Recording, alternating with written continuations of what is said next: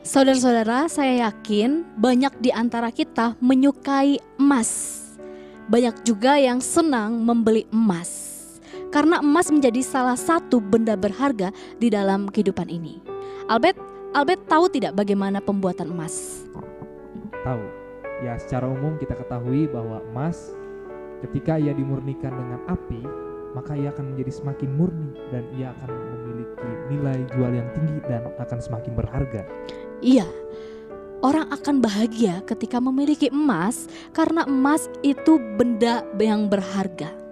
Nah, Bapak Ibu Saudara yang terkasih, ada satu hal yang lebih berharga daripada emas dalam kehidupan kita, yaitu iman. Sebanyak apapun emas yang kita miliki, iman tetap menjadi hal yang lebih berharga daripada emas-emas yang kita miliki. Tetapi Bapak Ibu Saudara, apakah kita juga bahagia ketika memiliki iman? Sama seperti emas yang dia akan semakin murni ketika dia ditempa oleh api, begitu juga iman. Iman kita akan semakin murni ketika iman kita juga ditempa. Bagaimana cara ditempanya? Banyak hal yang menjadi kondisi tempaan untuk iman kita. Misalnya saja pencobaan, pergumulan, situasi yang sulit, situasi yang menyedihkan, situasi atau keadaan yang membuat kita tidak senang, tidak nyaman, bahkan juga ketakutan. Berbagai macam keadaan itu adalah momen di mana iman kita ditempa. Semakin kita banyak menghadapi situasi seperti itu dan kita dapat melaluinya, maka iman kita akan semakin murni, Bapak Ibu Saudara. Dan apakah kita bahagia ketika kita memiliki iman yang semakin murni dari hari ke hari? Lalu apa ukurannya orang yang beriman?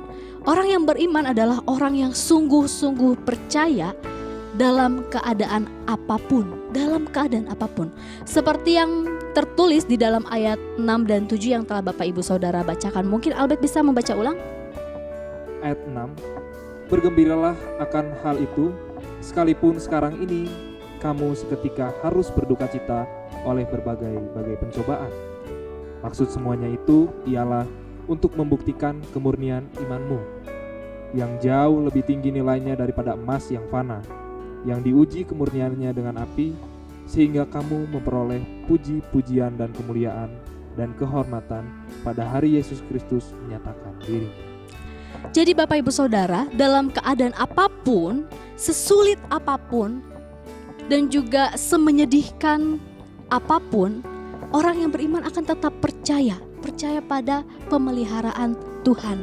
Seperti yang tertulis di ayat 8. Mungkin Albert bisa baca lagi ayat 8. Sekalipun kamu belum pernah melihat Dia, namun kamu mengasihinya, kamu percaya kepada Dia. Sekalipun kamu sekarang tidak melihatnya, kamu bergembira karena sukacita yang mulia dan yang tidak terkatakan. Iya, lalu kenapa orang bisa percaya dalam keadaan apapun? Kuncinya adalah orang yang percaya adalah orang yang mempunyai pengharapan. Pengharapan seperti apa sih, Albert? Ya, ketika kita berbicara tentang pengharapan, artinya ada sesuatu yang pasti di depan sana yang akan kita dapatkan, yaitu keselamatan dalam Kristus. Kita sebagai umat percaya tentu memiliki satu pengharapan, yaitu pada Yesus Kristus. Pada saat ini kita sama-sama ingin merenungkan seperti apa yang dirasakan oleh umat pada saat itu, di mana Rasul Petrus dengan kesadaran dirinya, ia ingin kemudian berbagi kabar keselamatan, kekuatan, serta penghiburan bagi jemaat-jemaat Tuhan yang pada saat itu mengalami situasi yang begitu menghimpit diri mereka, sehingga iman mereka mengalami kegoyahan, mereka mengalami kekosongan, atau mungkin mereka kemudian putus asa. Kita bisa melihat bahwa di bagian pertama ayat 1 dan juga 2, itulah jemaat-jemaat Tuhan yang dituju. Dan pada saat momen yang lalu kita sama-sama melihat bahwa murid-murid Tuhan Yesus pun mengalami suatu hal yang menguji iman mereka ketika sang guru yang selalu mereka temani di dalam pelayanan dan juga pengajarannya harus mati di kayu salib. Para murid mengalami kekosongan, mengalami kehampaan, tetapi kemudian dalam peristiwa kebangkitan, Yesus ingin menunjukkan bahwa ada pengharapan, bahwa ada keselamatan jiwa di dalam Kristus. Maka dari itu Bapak Ibu serta saudara, kita pun di sini diingatkan bahwa kita kini dipelihara Tuhan bukan untuk berdiam diri. Inilah yang menjadi tema perenungan kita pada saat ini, sehingga kita boleh semakin memaknai bahwa ketika kita dipelihara oleh Tuhan, kita boleh terus berpengharapan. Ya, tema pada saat ini saudara-saudara, dipelihara Tuhan tidak untuk berdiam diri. Cara pada saat ini dengan dipelihara Tuhan adalah dengan tetap tinggal di dalam rumah. Diam di rumah itu adalah cara Tuhan memelihara kita. Diam di rumah itu adalah kondisi yang aman, berarti dipelihara itu aman kita ya. Nah, tapi kondisi aman ini membuat kita diam.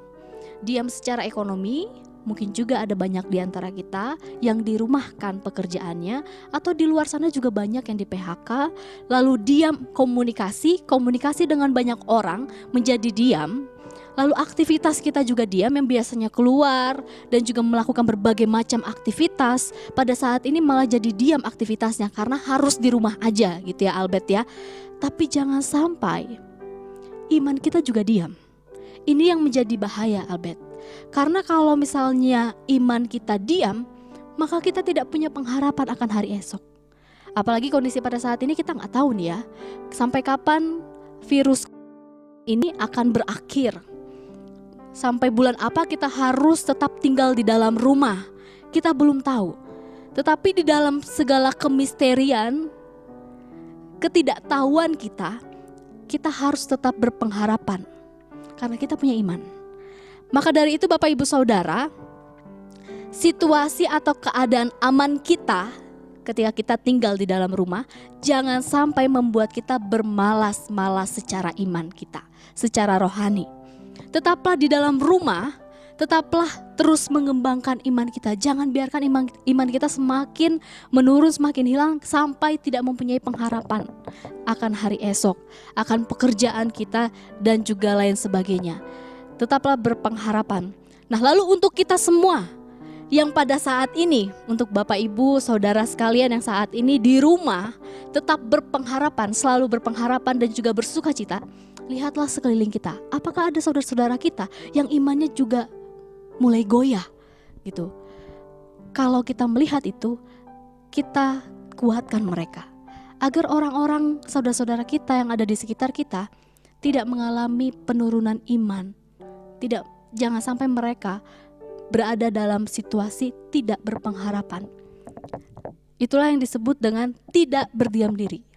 Ya, tentu memang situasi saat ini memang sangat rumit, dan kita di antara kita ada yang merasakan kerapuhan di dalam iman kita mulai goyah, kita mulai meragukan di manakah Tuhan. Tapi satu yang pasti saat ini seperti yang Rasul Petrus ingin nyatakan dan ingin sampaikan kepada kita, bahwa kita harus tetap berpengharapan bahwa Yesus yang bangkit, Dia sudah membuktikan bahwa maut pun dapat dikalahkan. Apalagi situasi saat ini, bahwa ketika kita berpengharapan, kita pun percaya dan kita yakin bahwa situasi ini pun akan cepat berlalu. Ya, dipelihara pada saat ini Bapak Ibu Saudara yang telah dipelihara di dalam rumah masing-masing. Bersyukurlah karena kita telah dipelihara, tetapi jangan berdiam diri saja. Lihatlah sekeliling kita, kuatkan saudara-saudara kita yang imannya mulai goyah dan juga menurun, agar mereka juga tetap mempunyai pengharapan sama seperti kita. Dan sebarkan kabar keselamatan ini. Amin.